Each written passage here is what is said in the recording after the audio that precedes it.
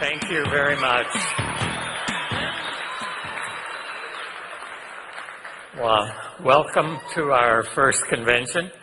I want to thank all of you for being here, many of you for being with us for the last many months since ribbon cutting took place. I know a few of you have probably not missed a single event. You've probably heard me speak more times than you really wanted to. Sometimes literally blinding you with science. Today I'm going to talk to not only those of you who have been to many events, but also to those of you for whom this may be the first event. What I would like eventually to teach all of you is the science that I think every distributor should know. This is a complicated product that you're selling, that you're representing, and the science behind it is complicated, and nobody knows that better than me.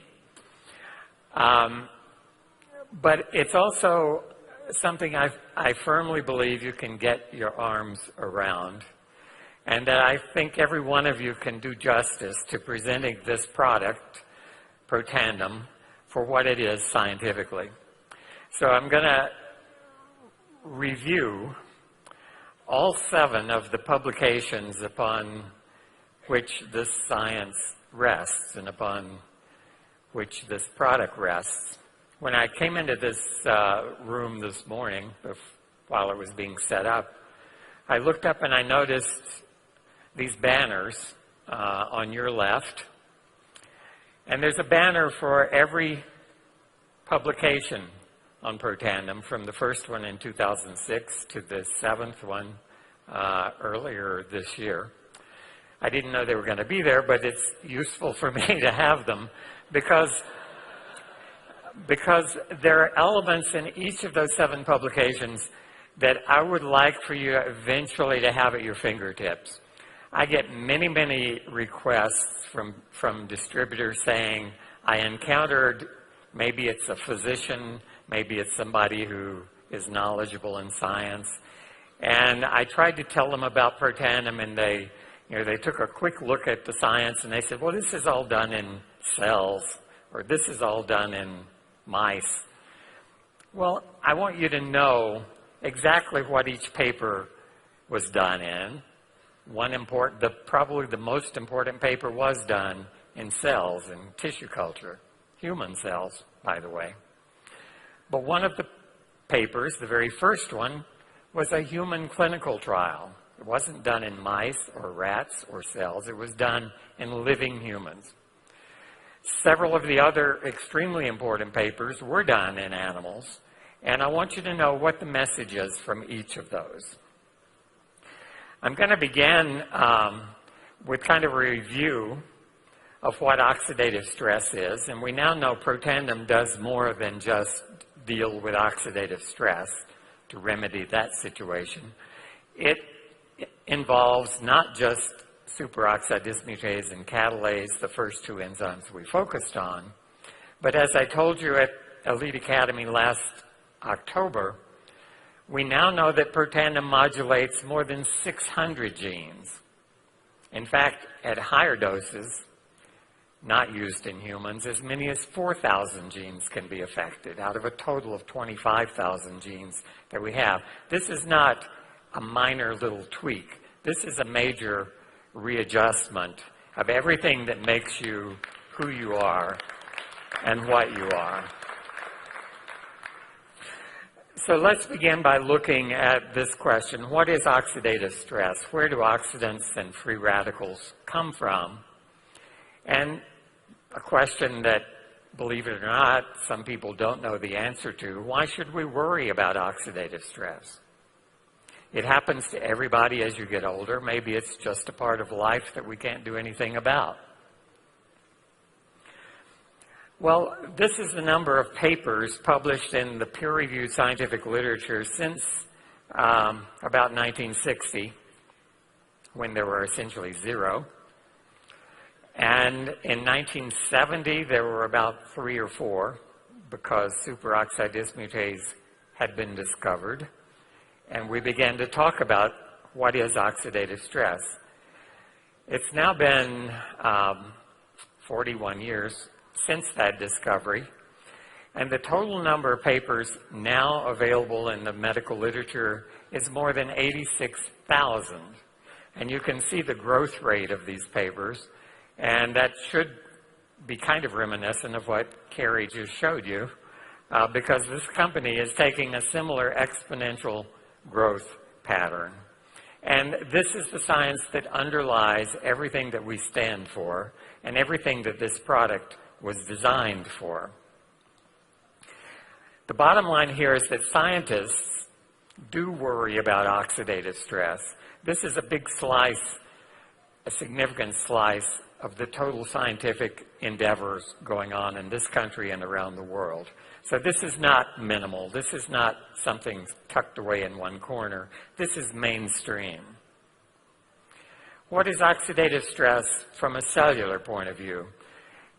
Every cell in your body contains these little structures known as mitochondria. They're the engines that burn our food and create the energy that drives everything we are and everything that we do.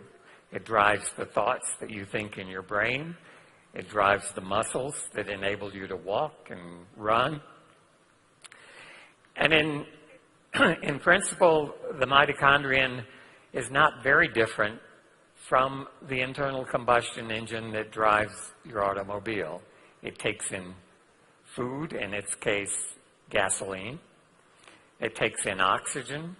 It burns that fuel, and it produces energy in a useful form.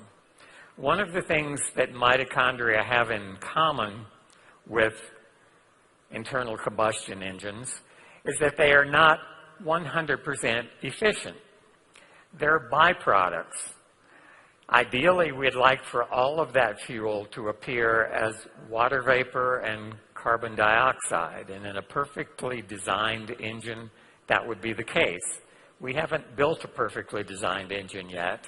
Your car produces all kinds of byproducts, and your cells produce some of the very same byproducts.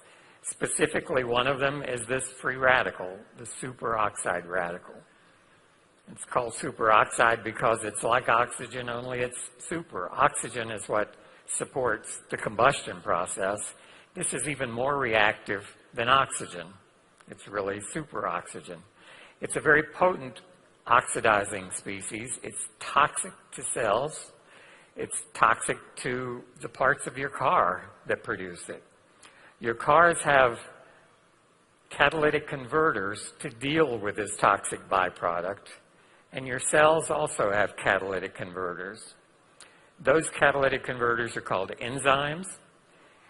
They're called, in some cases, antioxidant enzymes, such as superoxide dismutase and catalase. They serve exactly the same function as catalytic converters on your automobiles. What happens if you don't scavenge, take care of, convert these reactive products? They can do a number of very damaging things to biological systems. They can oxidize proteins, and the example I've shown here is an antioxidant enzyme itself called PON1, protects against atherosclerosis, very important enzyme. It's inactivated by oxidative stress. And so if you have high levels of oxidative stress, the levels of PON1 circulating in your plasma go down. They go down in many, many diseases, in rheumatoid arthritis, in multiple sclerosis, in diabetics, in patients with autoimmune diseases. It's a marker of what's going wrong in this system within your body. Too many oxidants are being produced. They're damaging proteins and enzymes. They can also damage fat, lipid molecules. And when that happens, it produces something you've probably heard about, T-bars. T-bars is an acronym, but it measures oxidized polyunsaturated fatty acids. Polyunsaturated fatty acids are not bad. They're essential for life. Every food you eat has some polyunsaturated fatty acids. You use it to synthesize your own cell membranes. But this free radical can damage that biological family of molecules as well. So it can damage proteins, can damage lipids, can also damage DNA. Another category of biological molecules, and everybody knows DNA is important. That's what constitutes your genes. It's what makes each of us different. It's what gives your children characteristics that they inherited from you. Sometimes good, sometimes bad, but that's the way that goes. The same free radical can damage DNA. Again, not a good thing.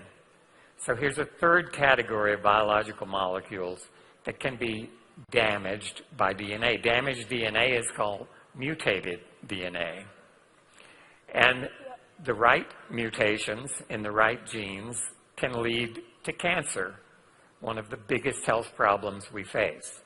Again, the result of free radical attack on our DNA. And the free radicals can also signal events in our bodies. Some of these are not always damaging, and in the right place at the right time, they're good. Fibrosis is formation of scar tissue. So if you cut yourself, you want that wound to heal as quickly as possible. And fibrosis helps that to come about. However, if your heart becomes fibrotic, it's medically known as heart failure. The pump quits working at its normal output. Not good.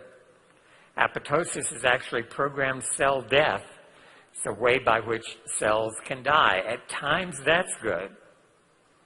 When you're an embryo, this process of apoptosis actually is what carves out your fingers from what looks originally like mittens. And as the fetus develops, everything goes normally, and you develop hands and fingers as you should. So apoptosis is not a bad thing in the right place. But if the cells in your heart undergo apoptosis, it's not a good thing. The cells in your brain undergo apoptosis, and you may be diagnosed with Alzheimer's disease. So all of these things require balance. Some of them are universally bad, some are bad only when the amount is incorrect. This slide was the result of work that took place throughout that previous graph that I showed you in the last 40 years. And so this was pretty much in place well before Protandim came along. We knew all of this happened. We knew what free radicals do that damages our bodies. And it was only when I looked at this within the last week and decided to put this very early slide in here to give you perspective, to give you a summary, that I realized that those 7 papers I'm going to be talking about, represented by those banners on the wall, have addressed every part of this damage that's done by Protandim. Specifically, paper number 6 over there, published in 2010, showed that Protandim prevents that loss of this antioxidant enzyme, PON1.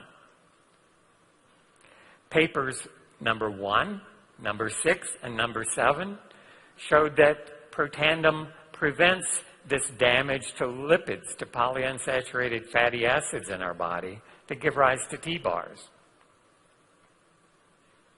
Papers number 3 and 5 showed that Protandim prevents damage to DNA. In fact, those papers showed that Protandim supplementation could prevent skin cancers in the mice that were used in that study. Papers 4 and 6 showed that Protandim can prevent fibrosis, scar tissue that can cause a heart to go into failure. Paper number 4 showed that Protandim can prevent apoptosis, or programmed cell death. And you'll notice that in many of these things, multiple papers have addressed the same issue. And there's method to that. I think some people look at the specific disease models that have been studied in these papers, and it may look like a random selection. Why are we looking at drug-induced pulmonary hypertension? Why are we looking at intimal hyperplasia in veins that are used to bypass clogged arteries? It's because it's these same 5 processes that are involved in free radical damage, oxidative stress-induced damage throughout the body. What protects us from oxidative stress is not one antioxidant enzyme or even 2, even though that's what we focused on in paper number 1. It's an entire system of antioxidant enzymes. And here we see a tiny corner of that system. The enzymes are shown in blue on this sequence of reactions. The bad products are shown in red, and the detoxified products, or the antioxidant products that help get rid of the bad stuff, is shown in green. It's the blue enzymes that make these reactions occur. The first paper really focused only on that little part. It looked at the reactions catalyzed by acetylene catalase. A second paper, which is one of the very important ones, showed that the enzymes involved in making glutathione, you hear a lot about glutathione in this industry, are also upregulated by Protandim, allowing our bodies, our cells, our individual cells to make more glutathione. Not because the precursors or the raw materials to make glutathione are limiting. Sometimes they are. More often, it's the enzymes. It's the things encoded by your genes, upregulated by Protandim, that allow you to make more of these things. Protandim contains 5 phytochemicals, and again, the structures are not important to memorize, so you'll be relieved at that. But they come from 5 different plants. All of these plants have a long, long history in traditional medicine. People didn't know how they worked, but for centuries they knew they do work. What they didn't know was that they are regulators of a protein called NRF2 and activators of NRF2. And that's the mechanism whereby more than 500 of your most protective genes are regulated by these simple, believe it or not, chemicals produced by humble little plants that have been recognized in India and China for centuries and centuries. They activate what's called the master regulator of stress-related responses, of antioxidant enzymes. How does Protandim activate NRF2? And you hear a lot about NRF2. You're going to hear even more about NRF2 as time goes on. How does Protandim activate NRF2 in a cell? This is a cartoon that illustrates that.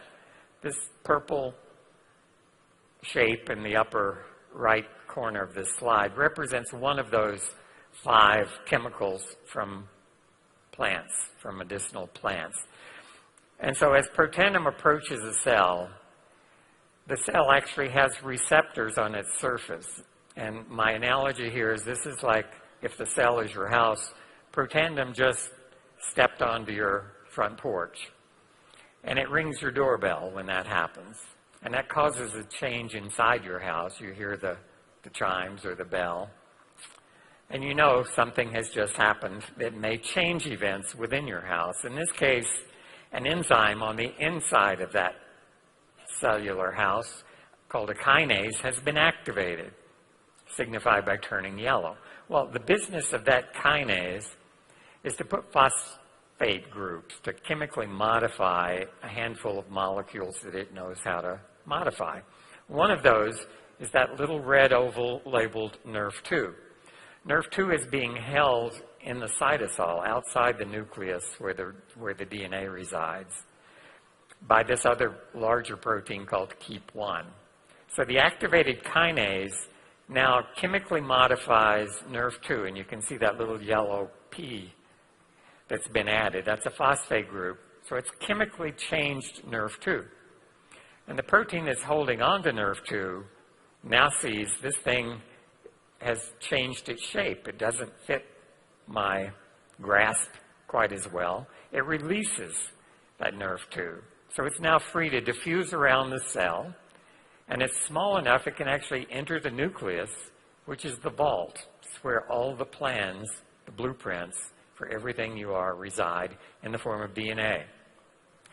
So this activated Nerf2 now has access to all of those blueprints, and it binds to specific genes within there. Out of 25,000, at least 500 or 600 bind activated Nerf2, and the result is those genes are turned on. Each of those genes has a switch, like a dimmer switch on the lights in your house. Nerf2 simply turns that knob. Those genes express what they encode. The products designated by the blueprint of each and every of those genes is now produced. And among those products are antioxidant enzymes, anti-inflammatory enzymes, antifibrotic enzymes, all kinds of stress-related genes that help cells, especially when they're in chemical stress, when they're in oxidative stress. It helps bring things back into balance and to provide a normalizing influence on those cells. We can visualize this microscopically. The upper three panels show control cells, cells without Protandim. And here, again, I won't go into a lot of detail, but we can stain Nerf2, and it stains red in this slide. It's a fluorescent red stain for Nerf2.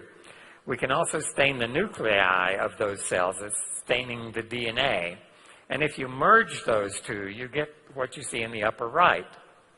And it may be a little hard to see in this lighting, but what you see if you look carefully at that is the nuclei are green, and the Nerf2 is red surrounding the nuclei. It's not where the DNA is. If we treat those same cells with Protandim and now stain the Nerf2 and stain the DNA in the nucleus and now superimpose the red stain and the green stain, what you see is the lower right figure. Everything looks yellow, and that's because if you add red light and green light together, what your eye sees is yellow. This proves to scientists looking through this microscope that Protandim treatment caused the nerve to go from its location outside the nucleus in the upper row to exactly where the DNA is. That is, the Nerf2 has moved into the nucleus, and that's where it can regulate those genes, turn up all of those processes. The first paper published in 2006, I've condensed into one or two sentences for you here. This is really what you don't need to know about everything in that paper, but you do need to know this. After 30 days of supplementation, T-bars, which is oxidized lipids, declined by an average of 40%, and the age-dependent increase was eliminated. By 120 days, SOD and catalase had increased by 30%, 54% in the red cells, respectively. That's very significant. You have all seen this figure. This shows what T-bars looks like in a population of varying age. There's a lot of scatter. We're not all the same at age 40 or 50 or 60. Some of us are in great shape. Some of us are already suffering from diseases associated with aging. If you draw a linear regression line, the line through those scattered dots, you can see that there's a relentless progression as you go from 20 to 80. Your T-bars averages go up and up and up. If you look at people in this group who were taking conventional so-called antioxidant supplements that many of us took for decades, those are the points that turn from red to blue. So some of these people were taking about half a gram of vitamin C every day, about 400 units of vitamin E. And you might think they would have been better off than their colleagues who weren't taking those. But they weren't. Those blue dots, in fact, if you draw a linear regression line, fall on a line with an even steeper slope.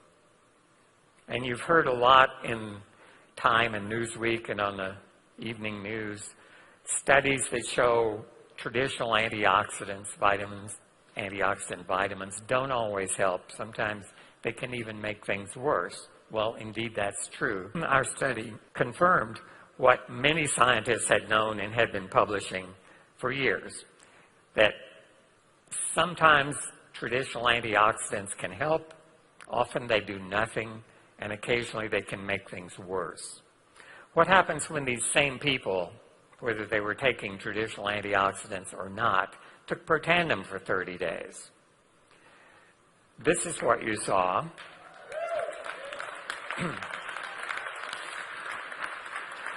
And if you get rid of the before data and just look at the after, this is what's meant by the age-dependent increase has gone completely. That line is now flat from 20 to 80.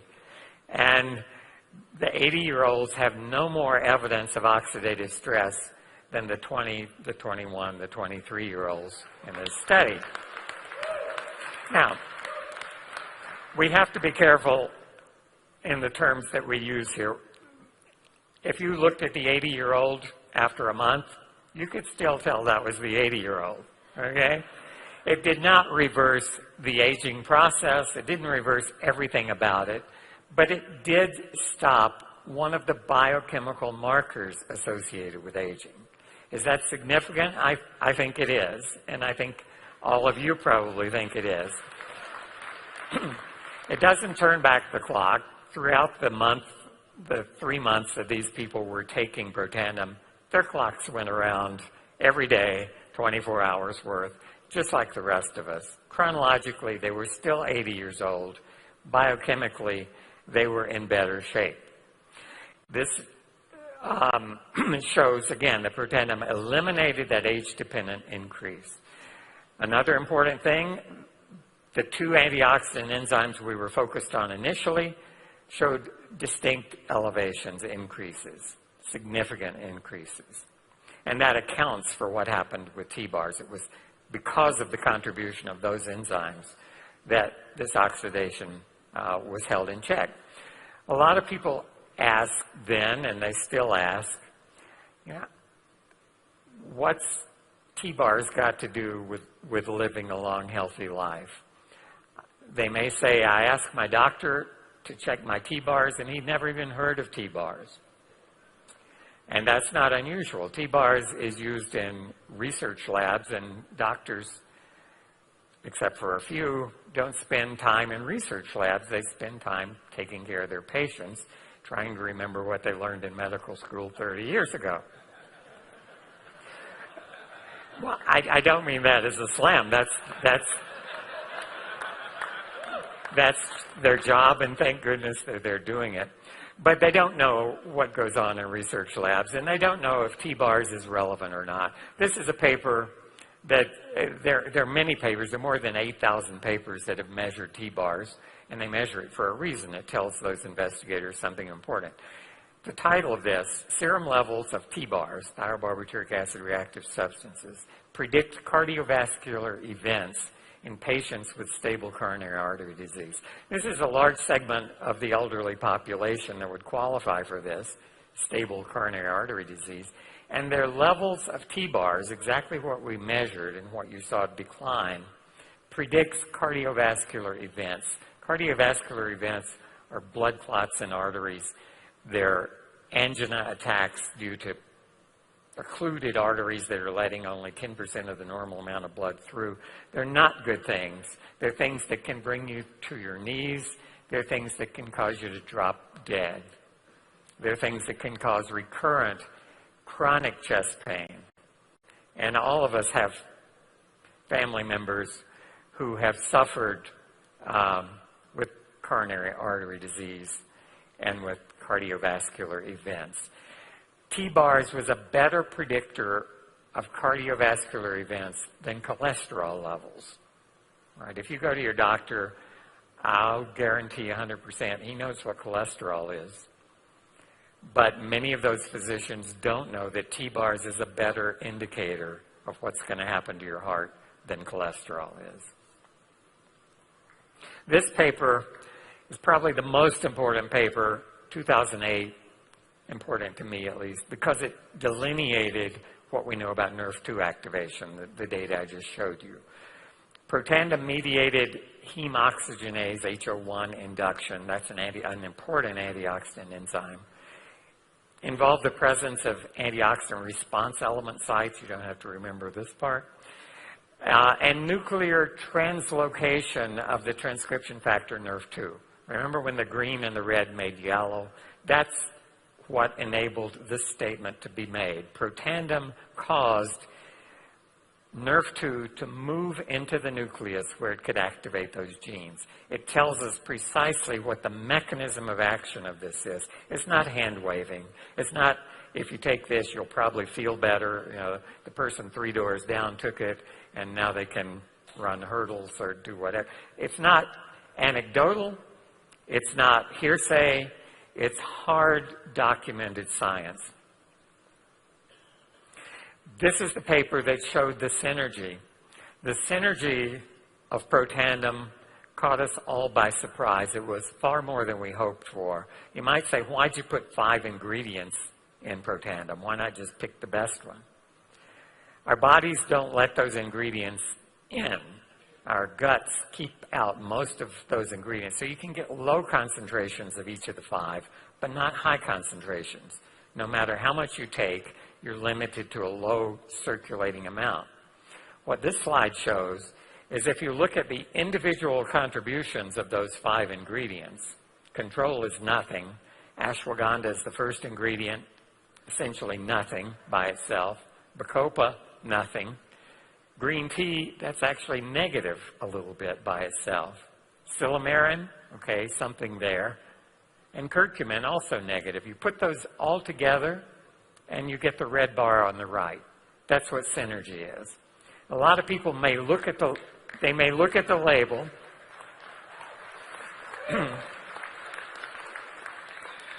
and they may say, well, I've heard of several of these things, and I've been taking curcumin for the last 3 years. Why do I need to take Protandim, which may be more expensive than my bottle of curcumin? This is the reason. You can't do it with curcumin alone. You can't do it with any 2 of those. All 5 of those contribute to this powerful synergy in this particular endpoint, 18 times more than we expected to see by the sum of these individual low concentrations of the ingredients. Better than the sum of the parts.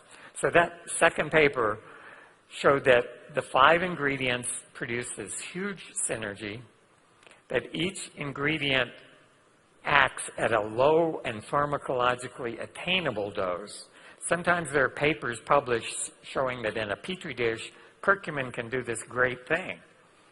Well, your body is not a petri dish. For your body to use curcumin, you have to take the curcumin capsule, and it would have to be absorbed and transported through your body. That's what's limited. It doesn't happen. A little bit of curcumin gets in, not much. Protandim works because the 5 ingredients, it's okay if they're at low concentrations. In fact, it's better that they're at low concentrations because some of them have toxic effects at high concentrations. 5 things at a low concentration working together, amplifying the NRF2 activation is what does the trick. And specific ratios are important. So there's synergy, there's a low dose effectiveness, and there's a specific ratio of these 5 ingredients. This paper also showed that glutathione is dramatically increased, nearly 4-fold, by treating cells with Protandim. And it's not because Protandim contains the precursors you need to make glutathione. It doesn't. How's it working? It's causing the enzymes that make glutathione to be produced. That's the part that's rate limiting. The mechanisms are very different. This shows how cysteine, one of the key amino acids in glutathione, gets into your cell, and the enzyme shown there in blue, glutathione synthase, is upregulated by Protandim. So you can make GSH, glutathione, an important antioxidant protectant in your cells. But amazingly, what limits the amount of glutathione most cells can make is not the amount of cysteine that's circulating through your body. There's a little protein there called XC-, not a catchy name. And it's a turnstile protein. If your cell is like your local branch bank, it may have a revolving door to get into that bank. And this protein lets cysteine get in one side of that revolving door, but only if another molecule, glutamate, is coming out the other side of that revolving door. So it's like a heavy door that it takes two people to push to get one in and one out. That's one of the most powerfully upregulated genes by Protandim. And that's the part of this whole of this whole glutathione synthetic pathway that's limiting. That's the slow point. You may have cysteine lined up outside the bank waiting to get through. If you don't have a working door or enough doors in that bank, no matter how much cysteine is waiting outside, it's not going to happen. All right? So making glutathione is not getting more cysteine into your body or acetylcysteine or any precursor. It's about upregulating those enzymes that can put it together and make it for you. This paper is one of two, the third paper, that looked at the standard skin cancer model studied by scientists in a laboratory. It's done in mice, and it involves the application of two chemicals to the skin of the mouse. The first causes mutations, damage to the DNA by free radical mechanisms. And the second chemical is a tumor promoter. Cancer, fortunately, is a multi-step process. If cancer resulted from a single mutation, we would probably all be dead long ago from cancer. So cancer takes a series of mutations in a specific set of genes to cause your cells to lose control. They lose the constraints. It's actually easy for a cell to eat food and divide. The hard part is for your body to keep your cells from doing that day in and day out. Many of us in this room don't weigh any more than we weighed a year ago, even though we've eaten a ton of food in the interim. And that's a good thing, because if every cell in your body had unrestricted ability to divide and divide and divide, we would all fill this auditorium individually. So it's much more difficult to keep your cells in control than to let them just proliferate ad nauseum. And so cancer happens when those constraints are broken, when your genes can no longer keep a cell from dividing and dividing and dividing. So once a cell breaks those constraints, it is medically a cancer, and it will grow until it consumes you. This paper concluded overall, the induction of antioxidant enzymes by Protandim may serve as a practical and potent approach for cancer prevention. A follow-up paper, about a year later, looked further into the mechanism and showed two of the specific genes that are regulated by Protandim. One is the suppression. Protandim, some genes are turned down, and P53 is one of them. And manganese SOD, that's a mitochondrial SOD, was induced, is turned up. And it was those modulations of those two genes may play an important role in the tumor suppressive activity of Protandim. What are the data shown in that paper? Those two papers. There were two groups of mice, and the first group got a regular mouse chow diet. It's what Purina makes and what mice eat. And it's balanced, it's a healthy diet. When they were treated with the two chemicals at high doses that cause skin cancer, That group of 15 mice, shown here in the yellow bar, got cancer. 100% of them, all 15 mice, developed cancers. Many of them developed, probably all of them developed more than one. The number of cancers per mouse, 6.3. The total number of cancers in that group of mice, 94. The second group of mice, treated identically except their mouse chow had Protandim added at a dose calculated to be equivalent to what most of you in this room are taking, 1 caplet a day for a human, same adjusted dose for a mouse. And look at the second group, 15 mice. This time, a third of them developed no tumors at all. And if you look at the total number of tumors in this group compared to the other, it's 57% lower, only 40 as opposed to 94. So the cancer incidence was reduced by 33%. The multiplicity, the number of individual cancers, reduced by 57%. This was a remarkable study described in these two papers. This is paper number 6, published last year. Virginia Commonwealth University.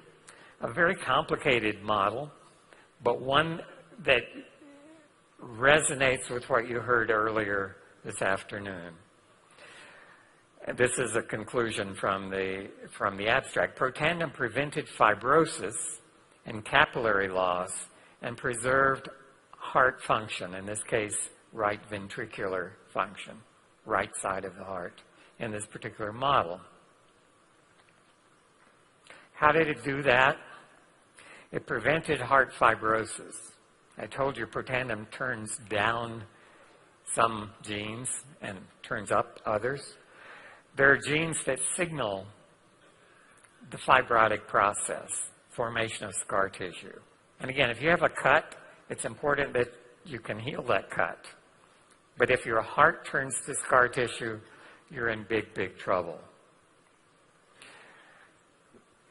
The graph on the left shows the amount of fibrosis in the hearts of these animals. They were treated with, here, a chemical that caused pulmonary hypertension. That's also a word you heard earlier this afternoon.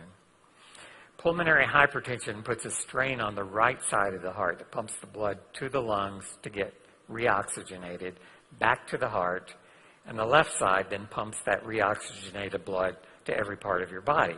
So look at the amount of fibrosis. How do scientists measure fibrosis? These two pictures at the bottom, again, I think that's hard to see on the big screen. Maybe on either side it's more clear.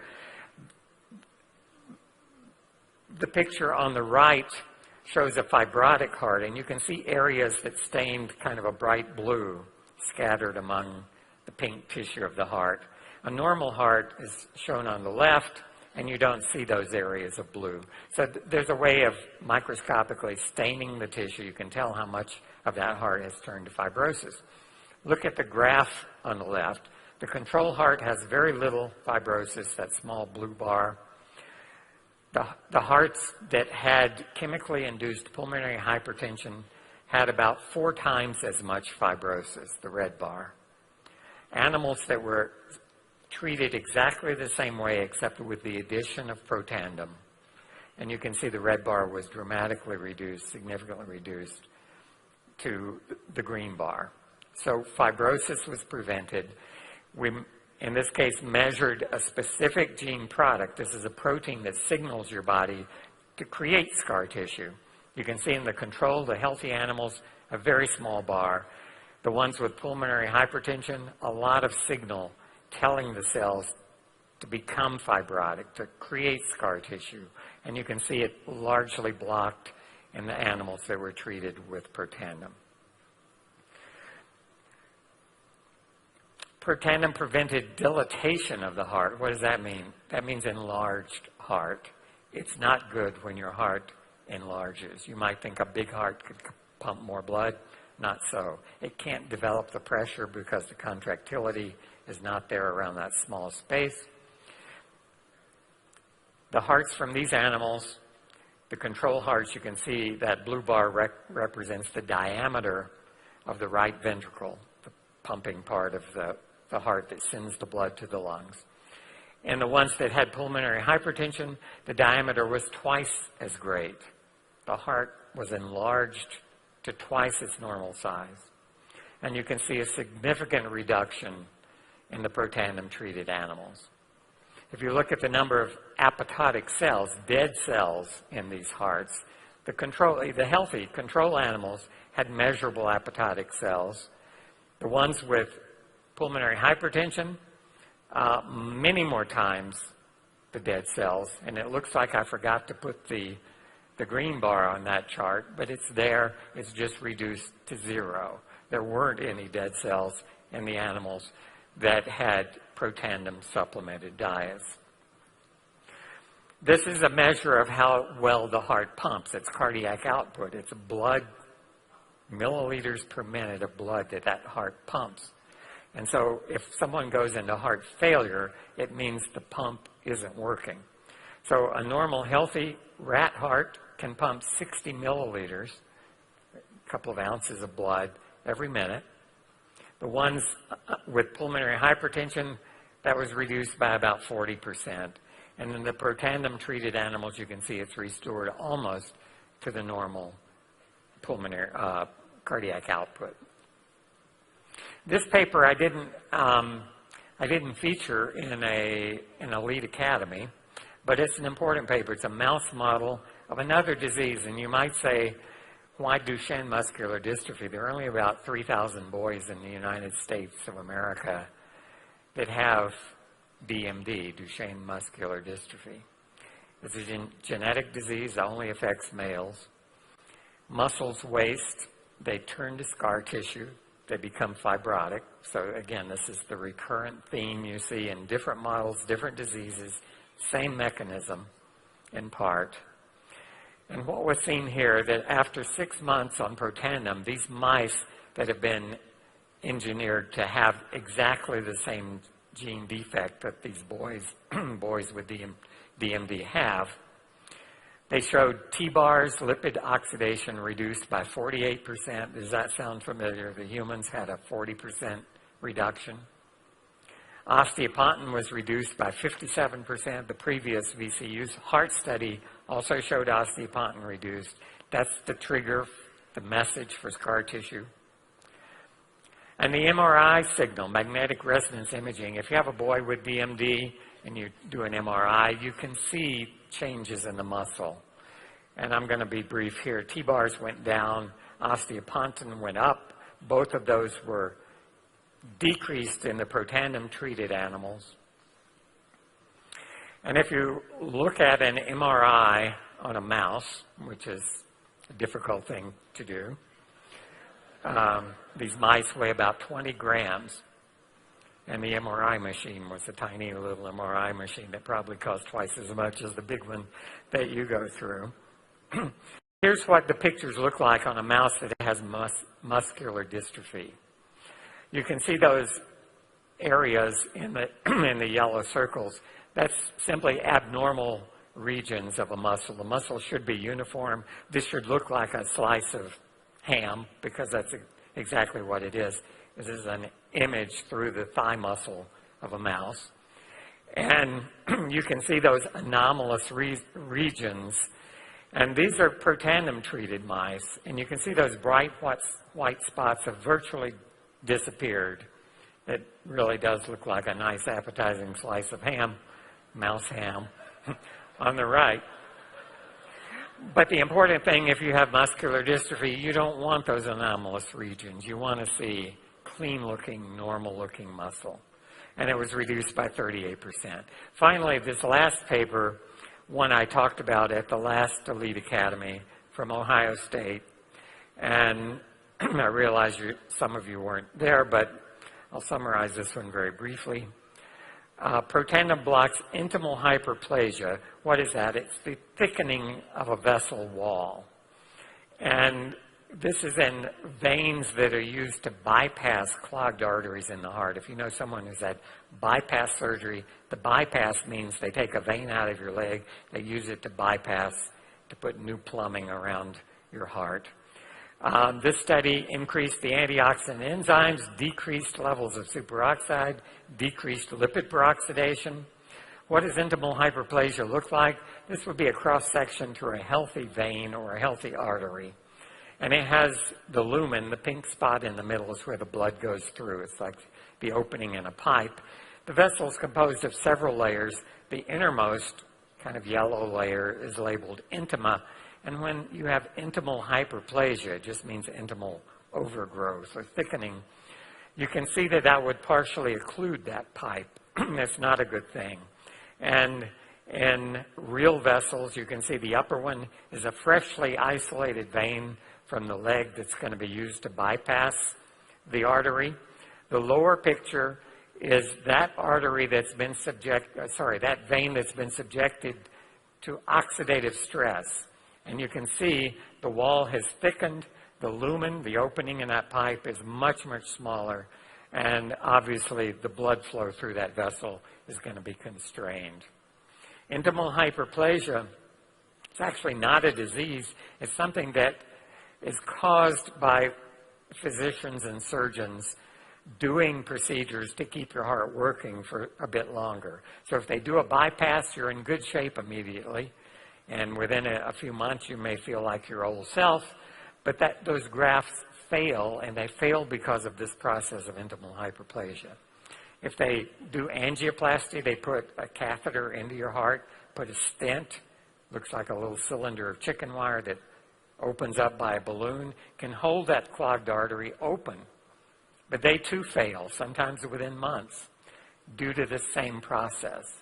The same thing can happen in the large vessels that take blood to your brain, the carotid arteries. They can be opened up, but within months or years, they start to occlude by this process. Protandim blocked the process. It didn't stop the disease because it wasn't present during that. But in isolated organ culture, it could prevent this process of intimal hyperplasia. And finally, I want to remind you that the technology behind Protandim, the technology derived from these publications that led to these publications, is protected by 3 United States patents issued in 2007, 2008, and 2009. So this is not a run-of-the-mill product off the shelf. This is something that is very different. Its bedrock is mainstream solid science, mainstream solid patents protecting this product, and it's a powerful thing that you're selling, and I hope all of you can take these tools and use them as you convince the people around you that Protandim is something they need. Thank you very much.